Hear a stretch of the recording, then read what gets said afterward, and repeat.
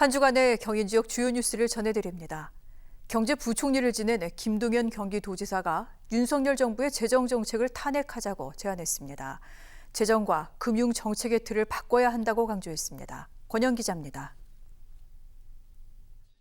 김동연 경기도지사는 경제정책 대반전이 필요하다고 말했습니다. 신속, 충분, 과감 세 가지 원칙을 제시했습니다. 대통령 탄핵은 시간이 걸립니다. 우리 경제와 민생은 그때까지 기다릴 수 없습니다. 하루빨리 경제정책, 특히 재정정책을 탄핵시켜야 합니다. 정부 정책이 역주행해왔다며 재정 확대를 거듭 촉구했습니다. 재정 투입을 늘려야 경제 활력을 회복하고 세수가 확대되는 선순환이 가능해진다는 겁니다. 미래 먹거리와 민생 경제에 투입할 이른바 슈퍼 추경 규모는 30조 원 이상을 제안했습니다. 내년 GDP 1.1% 규모로 추경을 해도 재정 적자 비율이 국제 기준을 여전히 밑도는 수준이라고 강조했습니다. 한국은행 기준금리는 조속한 시일 안에 0.5%포인트 비컷을 해야 한다고 주장했습니다. 내수 진작과 경제 활성화가 시급하다는 이유입니다. 지금은 이것저것 재고 따질 때가 아닙니다. 선제적인 비컷으로 우리 경제를 살리는 것이 더 시급합니다. 김 지사는 2004년엔 중국의 고성장, 2016년엔 반도체 경기 호조가 있었다며 지금은 과거 두 차례 탄핵때와는 상황이 다르다고 평가했습니다. 경제 그래프를 다시 V자로 만들기 위해 특단의 비상한 조치가 필요하다고 강조했습니다. OBS 뉴스 권현입니다. 경기도 곳곳이 기록적인 폭설로 피해를 입은 지 3주 만에 정부가 피해 지역을 특별 재난 지역으로 선포했습니다. 복구에 국비가 투입되고 주민 지원이 추가됩니다. 이정현 기자입니다. 한덕수 대통령 권한대행이 지난달 대설과 강풍, 풍랑으로 극심한 피해가 발생한 7개 시군과 4개 읍면을 특별 재난지역으로 선포했습니다. 경기도에선 폭설 피해가 심했던 평택과 용인, 이천, 안성, 화성, 여주시가 포함됐습니다. 이들 지역은 지난 9일부터 13일까지 정부 합동 피해 조사에서 피해 금액이 선포 기준액을 넘었습니다. 특별 재난지역으로 선포된 지역은 지자체가 부담해야 하는 복구비 일부가 국비로 전환됩니다. 피해 주민에게는 재난지원금과 함께 국세, 지방세 납부 유예, 공공요금 감면 등 지원이 추가됩니다. 경기도는 특별 재난지역 선포 대상에서 제외된 광주와 양평, 안산 등 9개 시군 지원을 위해 재난관리기금 90억 원을 투입합니다.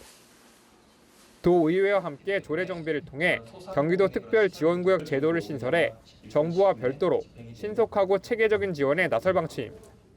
대규모 사유시설 피해가 발생한 경우 직접적인 정부 지원이 부족한 실정입니다. 또한 재정 자립도가 낮은 시군은 자체적인 복구 여력도 부족합니다.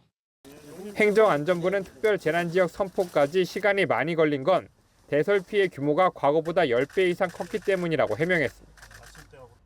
피해 지역의 눈이 여전히 녹지 않아 현장 접근과 확인이 어려웠다고 설명했습니다. OBS 뉴스 이정현입니다. 인천시가 내년 상반기 지하철 요금 150원 인상을 추진하고 있습니다.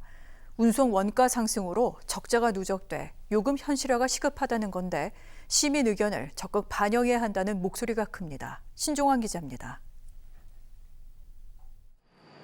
지난해 10월 150원 인상된 인천 지하철 요금은 1,400원. 인천시가 150원 추가 인상을 추진 중입니다. 물가 상승과 인건비 증가에 따른 운송 원가 상승으로 수송 원가 대비 운임이 33%에 그쳤습니다. 최근 2년간 연평균 운송 적자도 1,692억 원에 육박해 요금 현실화가 필요하다는 겁니다.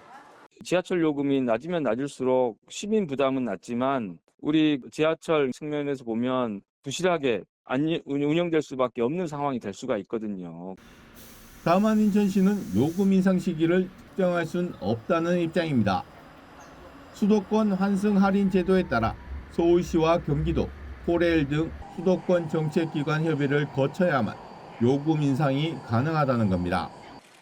지역 시민사회도 누적 적자 개선을 위한 지하철 요금 인상이 필요하다는 데 공감했습니다.